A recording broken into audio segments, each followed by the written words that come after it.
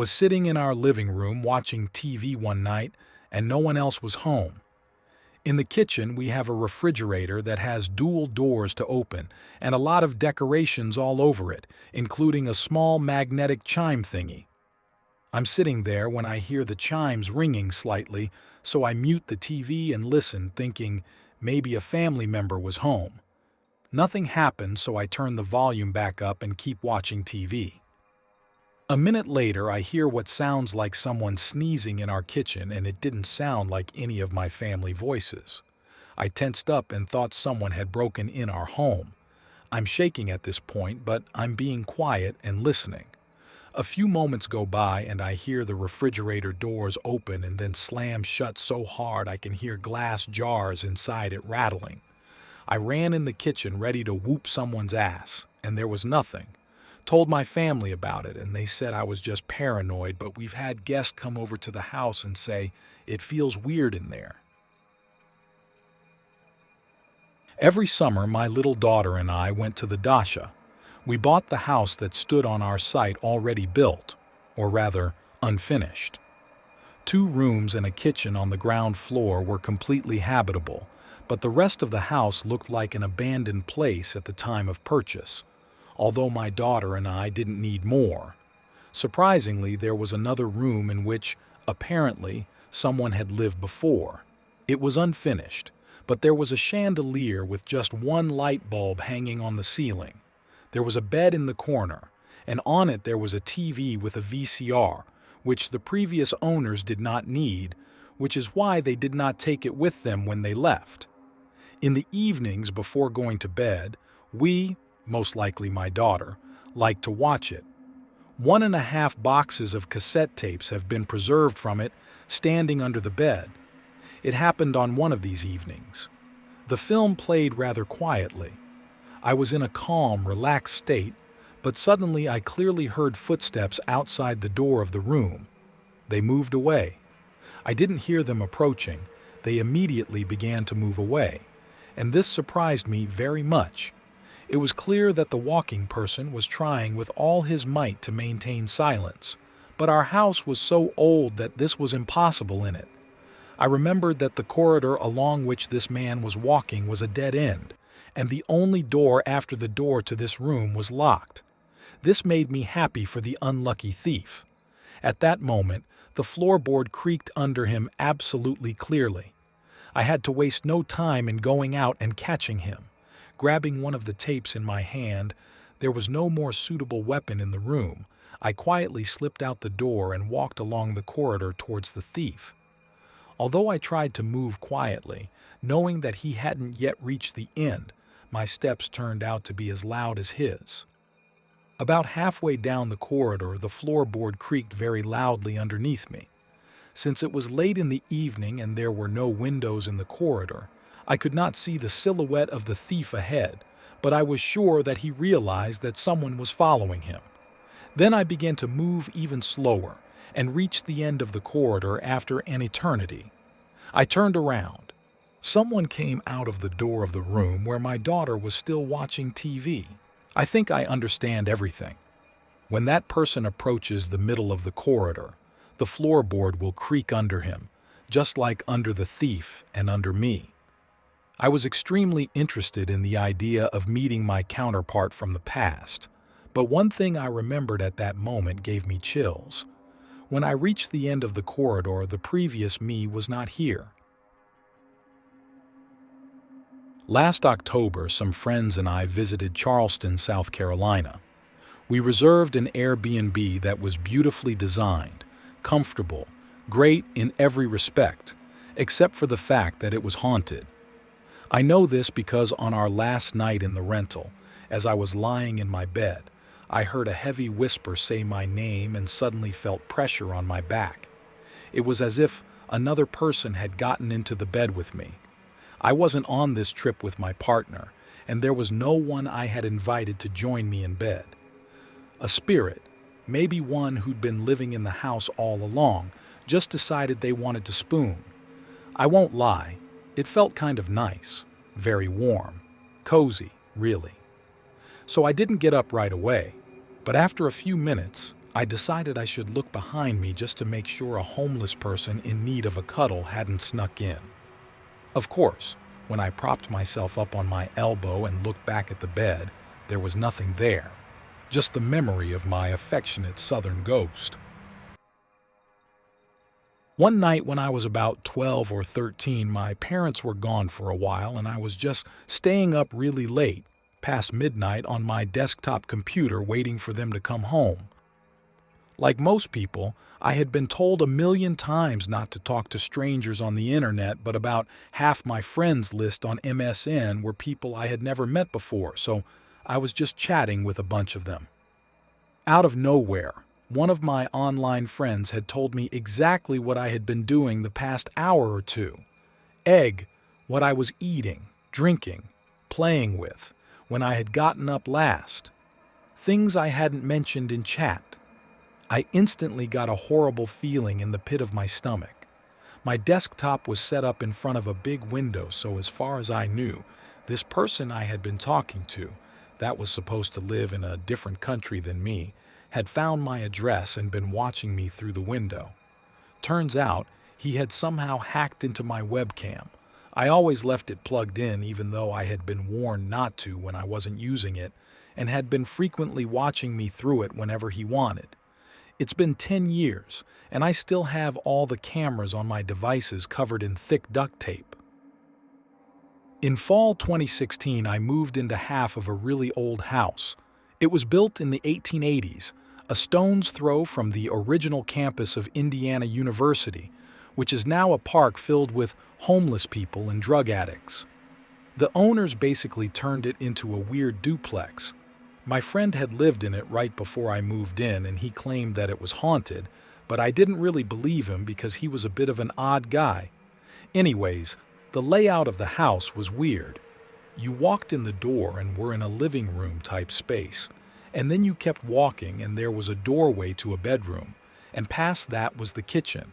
No doors, only door inside the apartment was to the bathroom, and one that led to the shared basement. So, my first night there was uneventful. I was a little uncomfortable because I hadn't lived by myself in a long time and was just feeling lonely and on edge. I stayed up late and then eventually fell asleep, but I woke up again around 3 in the morning. Cliché, I know. What woke me up was what sounded like a group of drummers were drumming on every flat surface of the living room.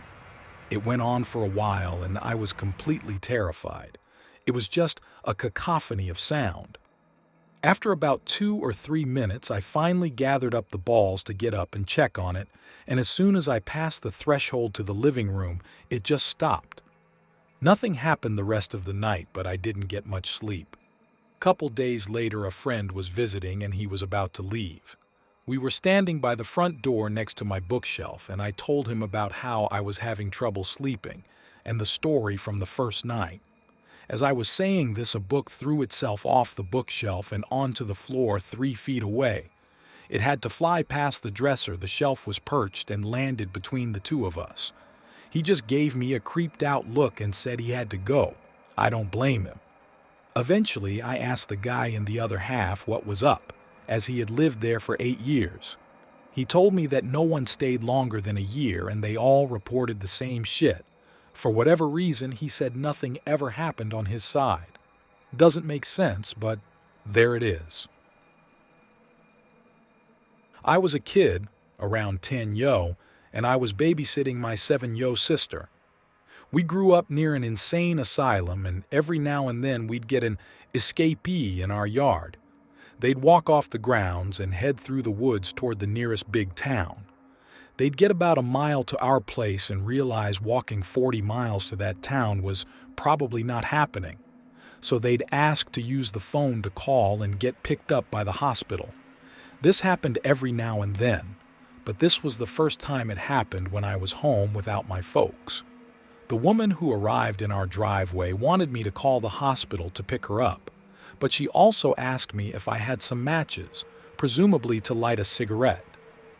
I ushered my sister into the house and locked the door as I called. The woman was kind of half screaming, half moaning, "Matches! I need matches!" until they came and picked her up. I'm sure it was just for a cigarette, but it also could have been to burn us alive, so I didn't give her any. So this took place in my backyard when I was a kid. My mom had made a tree swing by putting a large log across two trees that were split at the top in Y shapes. A rope hung down from the middle of the log, and there was a little wooden slab to sit and swing on. I was out there swinging away when suddenly, before I knew what had happened, I was pulled backward and found myself laying on the dirt.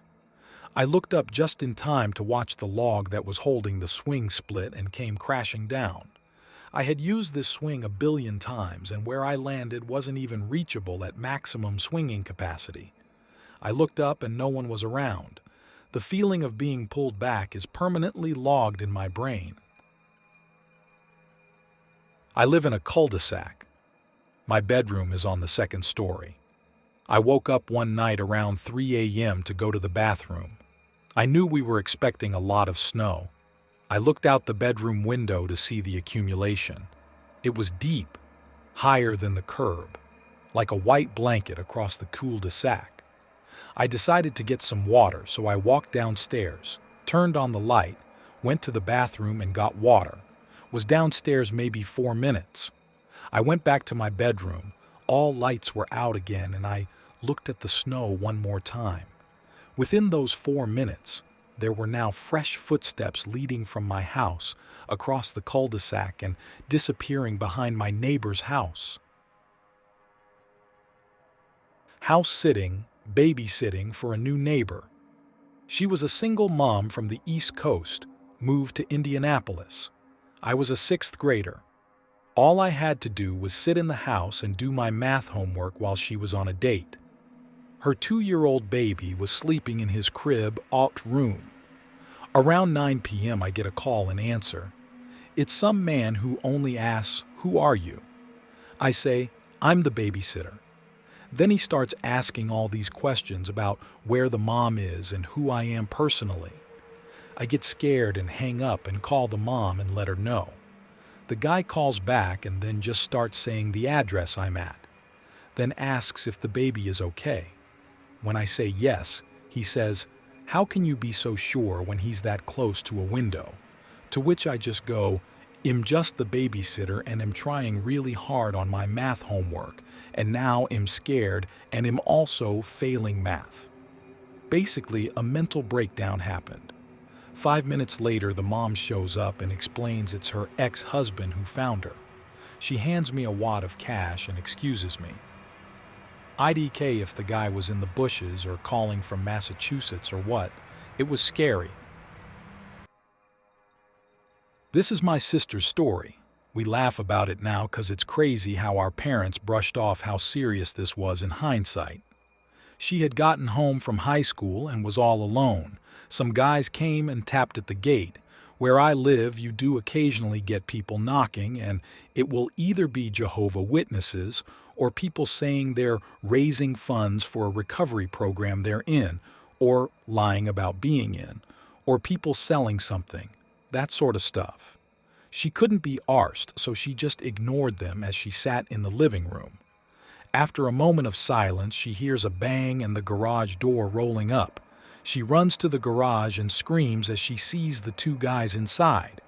They had been scoping out houses looking for empty ones to rob. The guys luckily just grabbed the 2 bikes in the garage and booked it. My mom mostly complained about the stolen bikes when she got home, but hey, way better that they took those rusty old things than ransacked the whole house or done something to my sister. To this day, it's why I go to the door when people tap at the gate. I rather tell them, "No thank you," or "Not right now," and have them know the house isn't empty just in case it's someone scoping out homes. When I was about 13, I spent the night over at my cousin's house. We were home alone for the night and stayed up late playing video games. I remember he left the room to use the restroom. I must have been playing something good because I was sitting on the edge of the bed up close to the TV. As I played by myself, I felt my cousins come back in the room from behind me and he laid back down on the bed.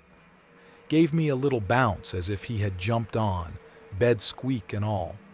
When I turned back to talk to him, he wasn't there. He was still in the restroom. I looked down on the bed where I thought I had felt him, and there was an imprint on the bed coming back up, like if someone had been there and were just coming off of it. I have far more stories about that house, but that's definitely one time I felt the most shaken. A couple of years ago, I was home alone, husband traveling out of state. I put on the news on the Samsung Smart TV in the living room, set the remote on the coffee table, and went into the kitchen next room over to make dinner. After a few minutes, I noticed I don't hear the sound of the news anymore, and I thought maybe the signal went out or the TV timed out and shut itself off. I come back into the living room, and the TV screen is showing a picture of a couch in a living room, my living room. Takes me a minute to realize the camera in my TV has been activated and it's showing a live video of the room. The remotes were still on the table, so no chance the dog accidentally stepped on them and pushed buttons or anything. A few days later, news broke that Samsung Smart TVs had a hacking issue. Guess the real mystery is how often I was spied on before I put tape over the camera. It was January in Minnesota.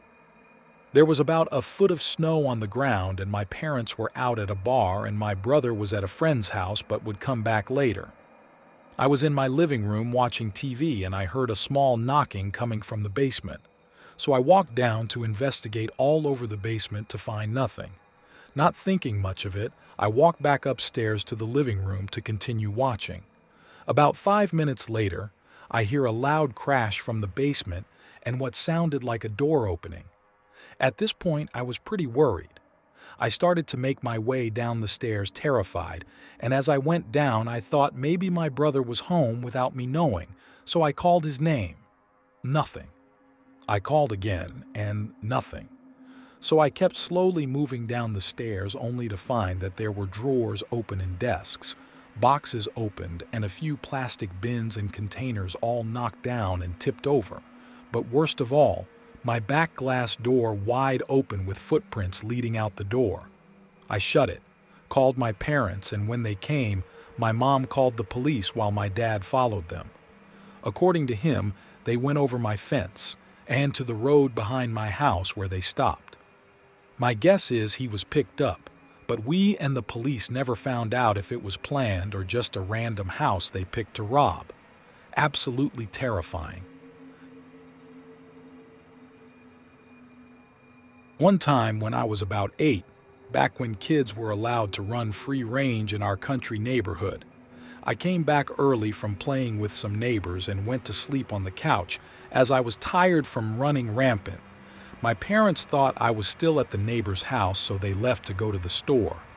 When I woke up, it was dark, and the power had gone out. I climbed off the couch and started calling for my mom when I started hearing noises from the basement, which I never went down to anyways because it scared the shit out of me at that age. It was a scratching noise, like something with claws was dragging against the concrete floor. Naturally, I was scared shitless. So I ran back to the couch, climbed into the hole underneath the cushions, and waited until my parents got home. It only took them 20 minutes, but to an 8-year-old scared of being eaten by some basement monster, it felt like hours.